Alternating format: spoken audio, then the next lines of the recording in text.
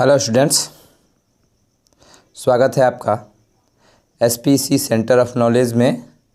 और आज हम लोग इंडियन सिविलाइजेशन एंड कल्चर का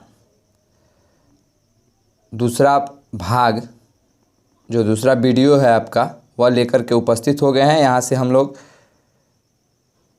लेसन के फुल एक्सप्लेनेशन को देखेंगे। तो चलिए वीडियो को शुरू करते हैं। वीडियो पसंद आए तो चैनल को लाइक, सब्सक्राइब और शेयर करना ना भूलें।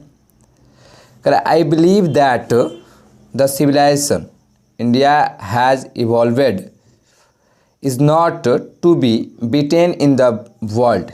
कह रहा है कि I believe that the India, क्या कह रहा है कि I believe that the civilization India, यानी जो भारत की सभ्यता है, मुझे विश्वास है, हैज़ इवॉल्वेड, कि वह इतनी ज़्यादा विकसित हो गई है, is not to be beaten in the world, कि विश्व की कोई भी सभ्यता जो है भारत की सभ्यता को मात नहीं दे सकती है। यानी भारत की जो सभ्यता है वह विश्व के किसी भी सभ्यता से पीछे रहने वाली सभ्यता में से नहीं है। कह रहा है कि nothing can equal the seeds sown by our ancestors. जो बीज हमारे पूर्वजों के द्वारा बोए गए हैं, किस चीज़ के बीच? तो सभ्यता के बीच, उसकी बराबरी कोई नहीं कर सकता है। रोम वेंट, जो रोम की सभ्यता है वह ख़त्म हो गई, चली गई। ग्रीस शेयर्ड, ग्रीक का भी वही हाल हुआ। Crete Greece shared the same fact, Greece का भी वही हाल हुआ। The might of the pharaohs was broken, जो मिस्र के राजा थे वे पूर्णतः टूट चुके थे। Japan has became westernised, Japan का भी पूर्ण रूप से पश्चिमीकरण हो गया। Of China nothing can be sad, और चाइना के बारे में कुछ कहा नहीं जा सकता। बट इंडिया इज़ स्टिल, लेकिन जो भारत का सभ्यता है वह आज भी उसी रूप में बरकरार है, क्योंकि यह सभ्यता हमारे पूर्वजों के द्वारा दिया गया हमें उपहार स्वरूप प्राप्त हुआ है। सम हाउ और other sound at the foundation, कह रहा है कि जो हमारी सभ्यता का जो नींव है, जो भारत की सभ्यता का नींव है, वह बड़ा ही स्वस्थ है, अच्छा है, जो आज तक बरकरार रहा है। The people of Europe learn their lesson from their writing of the man of Greece और रोम। कह रहा है कि यूरोप के लोग सीखते हैं, किसके द्वारा? तो उन लोगों के द्वारा जो ग्रीस के लोगों के द्वारा लिखा गया पाठ है, उनके द्वारा लिखे गए शब्दों से, लिखे गए कहानियों से, लिखे गए सारांशों से यूरोप के लोग सीखते हैं। Which exist no longer in their former glory, कह रहा है कि जिनकी सभ्यता काफ़ी विकसित नहीं हो पाई, वो अपनी सभ्यता को नहीं बचा पाए। कह रहा है कि in trying to learn from them, यहाँ पे कितना बढ़िया बात कहा जा रहा है कि in trying to learn from them, वे लोग उनसे सीखने की बात करते हैं। द यूरोपियंस इमेजिन, जो यूरोप के लोग हैं वह कल्पना करते हैं, दैट कि they will avoid the mistakes of Greece and Rome, कि जो रोम और ग्रीक के लोगों ने जो गलतियां की, वे गलती यूरोप के लोग नहीं करेंगे। सच इज़ देयर पेटिबल कंडीशन, कह रहा है कि सच इज़ देयर पेटिबल कंडीशन, इसलिए जो उनकी स्थिति है आज काफ़ी दयनीय है। ये पहला पैराग्राफ है। अभी हम लोग दूसरे पैराग्राफ को शुरू करने चल रहे हैं। तो चल अभी हम लोग दूसरे पैराग्राफ में चल रहे हैं। तो दूसरे पैराग्राफ का पहला जो सेंटेंस है उसमें कहा जा रहा है कि in the midst of all this, क्या कह रहा है कि in the midst of all this, कि इन सभी के बीच, किनके बीच? इन सभी के बीच जो सभ्यताएं हैं, जो भारत की सभ्यता है या विदेश की जो सभ्यता है, या चीन की हो, ग्रीक की हो, रोम की हो, उन सभी सभ्यताओं के बीच India remains immovable and that is her glory, जो भारत की जो सभ्यता है वह अडिग रही है, और इसका जो वैभव है वह कहें तो पूर्ण रूप से अभी भी विकसित है, अभी भी पहले के जैसा ही है। इसकी ग्लोरी को कोई हिला नहीं सका है, इसके यानी वैभव को कोई हिला नहीं सका है। कह रहा है कि it is a charge against India, यह भारत के खिलाफ एक आरोप है दैट कि हर पीपुल आर सो अनसिविलाइज्ड, कि भारत के जो लोग हैं वह असभ्य होते हैं, इग्नोरेंट जाहिल होते हैं, एंड अस्टॉलिड और जो भारत के लोग होते हैं वह मंद बुद्धि के लोग होते हैं। फिर कहा जा रहा है कि that it is not possible, क्या कहा जा रहा है कि that it is not possible to induce them to adopt my change.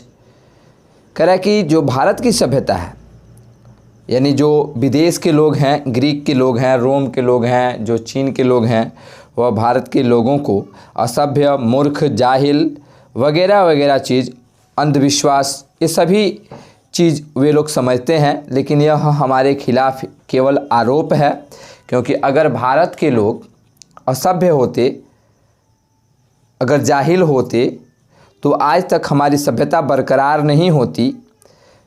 कहा जा रहा है कि that it is not possible again, that it is not possible to induce them to adopt any change.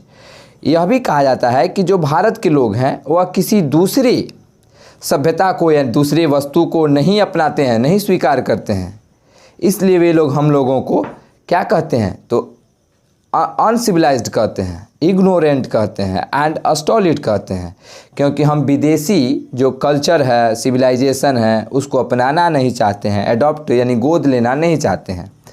कह रहा है कि it is a charge really against our merit, यह जो कहें कि हमारा विरोध हो रहा है, it is charge really against our merit, यह हमारे गुण के खिलाफ एक वास्तव में क्या है, तो आरोप है। कह रहा है कि what we have tested and found true and the anvil of experience. कह रहा है कि हमने जो जांच किया है और हम जो हमारे अनुभव रहे हैं, उस आधार पे अगर हम कहें तो कह सकते हैं कि उस कसौटी पर हम अपने आधार पर हम टिके हुए हैं, हम उस कसौटी को देखे हुए हैं, अपने कसौटी पे उतरे हुए हैं कि हम किसी दूसरे सभ्यता को नहीं अपना सकते हैं। यह हमारी सत्यता है, क्योंकि अगर हम उसको अपनाएंगे तो जो हमारी सभ्यता है वह बर्बाद हो जाएगी। कह रहा है कि many thrust their advice upon India, जो भारतीय सभ्यता है, भारत के लोग हैं, भारत को बहुत सारे दूसरे विदेशी लोगों ने यह अगर कहें तो एडवाइस दिया, सलाह दिया, and C remains study.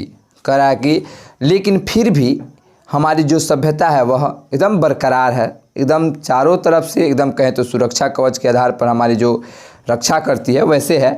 This is her beauty, यही इसकी सुंदरता है। It is the sheet anchor of our hope, और हम आशा करते हैं कि जो यह हमारी सभ्यता जैसे अभी तक बरकरार है वैसे आगे भी रहे। तो अभी तक हम लोगों ने 2 पैराग्राफ को देखा है। चलिए तीसरे पैराग्राफ की तरफ हम लोग बढ़ते हैं और तीसरा पैराग्राफ में देखते हैं कि तीसरा पैराग्राफ में क्या कहा जा रहा है। चलिए तीसरे पैराग्राफ को देखते हैं हम लोग। कह रहा है कि civilization is that mode of conduct which points out to man the path of duty.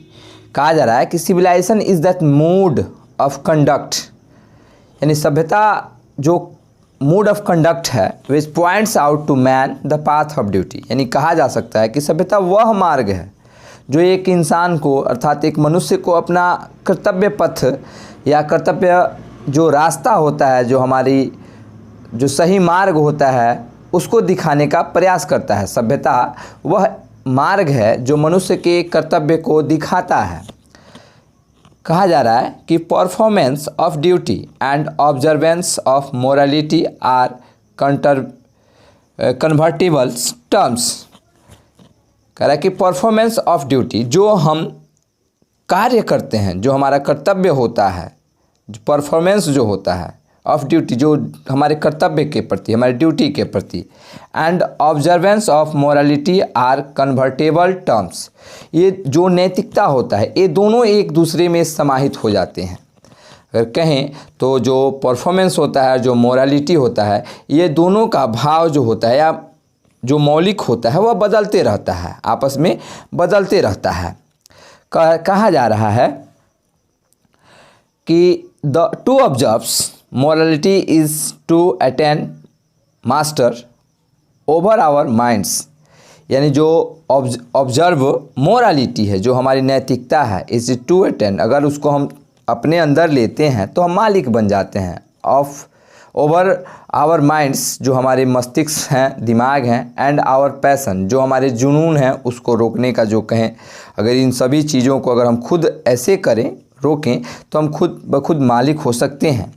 So doing, ऐसा करने से, वी नो, हम जानते हैं, आवर सेल्फ्स, हमारे द्वारा जो होता है। The Gujarati equivalent for civilization means good conduct, कहा जा रहा है कि गुजराती में जो अच्छे आचरण होते हैं, जो अच्छे व्यवहार होते हैं, उन्हीं को सभ्यता कहा जाता है। यानी कहा जा रहा है कि the Gujarati equivalent for civilization, यानी गुजराती में जो सभ्यता होता है, यानी गुजरात में जो सभ्यता होता है वह अच्छे आचरण, अच्छे व्यवहार को कहा जाता है, यानी अर्थात गुड कंडक्ट को कहा जाता है। तो अभी तक हम लोगों ने 3 पैराग्राफ को पढ़ा है। आगे